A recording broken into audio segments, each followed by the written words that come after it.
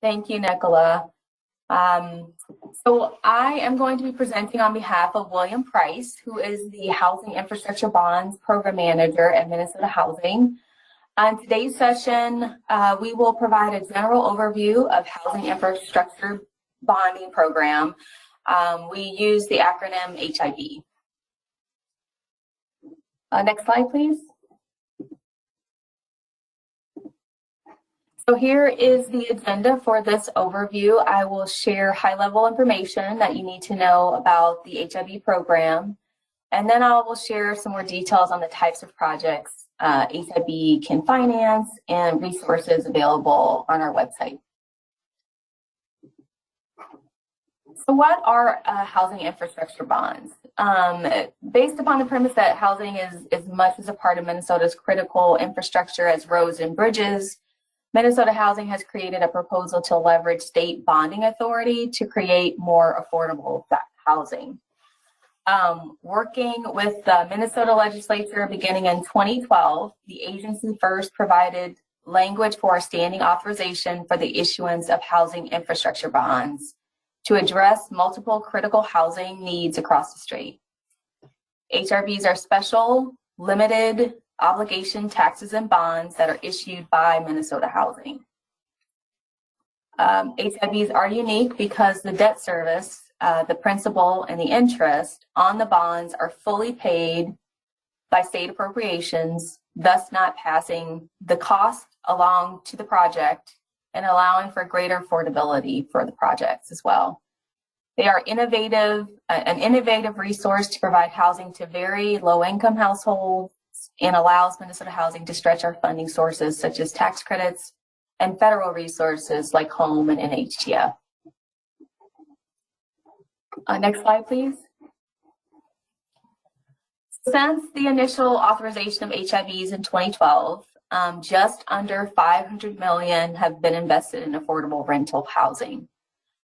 This, including projects in our pipeline that we have selected for funding, has resulted in over 3,000 new units of housing to be created, and almost 2,000 units with existing rental assistance have been preserved. HRBs are unique from GEO bonds included in the state's capital budget in that it allows for private ownership. Thus, nonprofits, for-profit entities, and limited partnerships can be owners. With GEO bonds, they're only allowed to have governmental entities as an owner. HIB also provides deeply affordable housing. Affordable housing is often difficult to finance, as Nicola mentioned, in certain structures, since little debt is available to be supported, and there's with the very low income and the very low rents that the tenants in those populations need. So HIBs provide a viable capital funding source dedicated to the most deeply affordable projects. Often it is reserved for homeless households and those with incomes that are less than 30% of AMI or area median income. The HIBs can also be paired with 4% housing tax credits or other state appropriated or federal resources, allowing a project's sources to be uniquely structured to what actually works best for the deal's long-term viability. And they're also effective because it can be used for a range of uses, which we'll discuss shortly. So how does HIB work? One of the most beneficial utilities of HIB is its flexibility. So the amount of funding that we receive allows us to consider different financial structures and fill large amounts of gaps. Here in this chart, it really highlights those two different ways. On the left side, HIBs can be paired with tax credits, or they can be what we call an HIB only loan, meaning that tax credits are not involved in the process. So as you see on the left, this is a boilerplate example of what the capital structure may look like for a project. So you have your HIB loan at about $6 million, and then your 4% tax credit syndication proceeds at $3 million. The soft funding from other sources, which could be from the county or from the city, and then about $3 million of other funding, and then the total development costs at about $12 million. And then on the right side, we have a structure where the HIB loan is essentially filling the entire gap for the project, for the emission of the tax credit syndication. And so the proceeds for that loan has increased by $3 million to $9 million. So why is the flexibility in structuring important? Next slide. One of the primary benefits of this flexibility is that when a project applies to Minnesota Housing, we, as Aaron mentioned, the underwriters who can go through the fine details of the financing structure and recommend the most optimal structure that will fit the specific project. One of the primary benefits also is that some projects that don't generate enough tax credits or equity may have a hard time kind of offsetting the costs or finding an investor. This provides a viable option to consider a deferred only structure. An example of instances where a project may not generate enough equity can be those projects with less than 30 units. Sometimes projects in smaller communities may have a difficult time attracting a tax credit investor and interest for a smaller amount of tax credits. Also, I mean, tax credits add an additional layer of complexity to a project. Thus, smaller nonprofit sponsors who are maybe newer to development may benefit from a financing structure that doesn't necessarily include tax credits in a smaller number of sources. And then finally, the flexibility also allows us to stretch our resources across the state and provide more housing for Minnesotans. Next slide, please.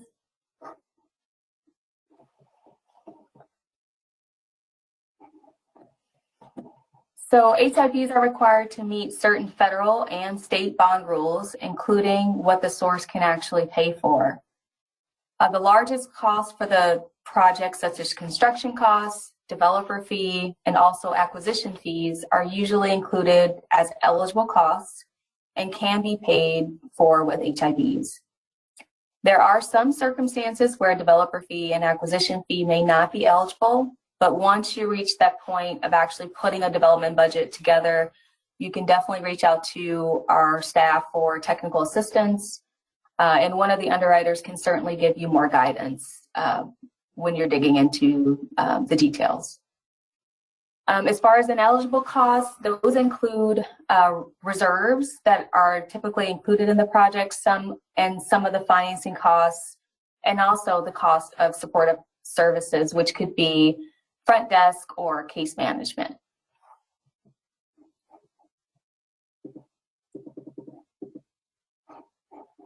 So looking at the 2022 bonding request and eligible uses, under the governor's proposed budget, a request of $250 million has been made from the legislature, or to the legislature.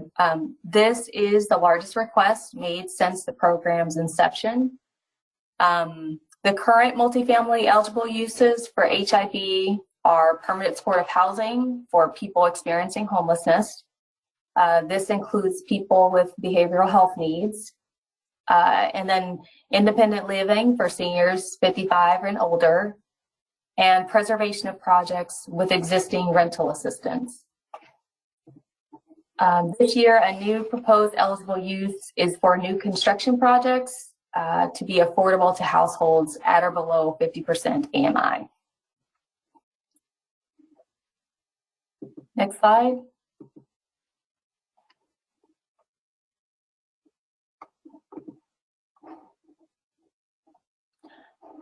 So next, I will touch on a few of the details that on the current eligible uses for HIB. The first use is permanent supportive housing.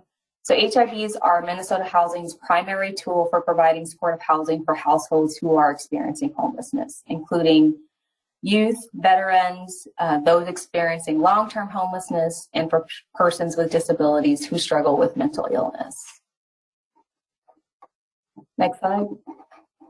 Another eligible use is for senior housing. Since the addition of this new eligible use in 2018 for projects serving seniors 55 and older, HIBs have been a critical tool to help create housing for low-income seniors that are not being met through the market. The projects must provide independent living options and are not allowed to be assisted living. The actual HIB statutory priorities for senior housing include that the units serve very low income seniors with incomes less than 30%, and that the projects are balanced as much as possible between the metropolitan area and greater Bend, which acknowledging that senior housing is a need across the state. The only other, although assisted living is not allowed, projects must actually provide or can provide a plan of how tenants will be provided access to supportive services that can change as they age in place.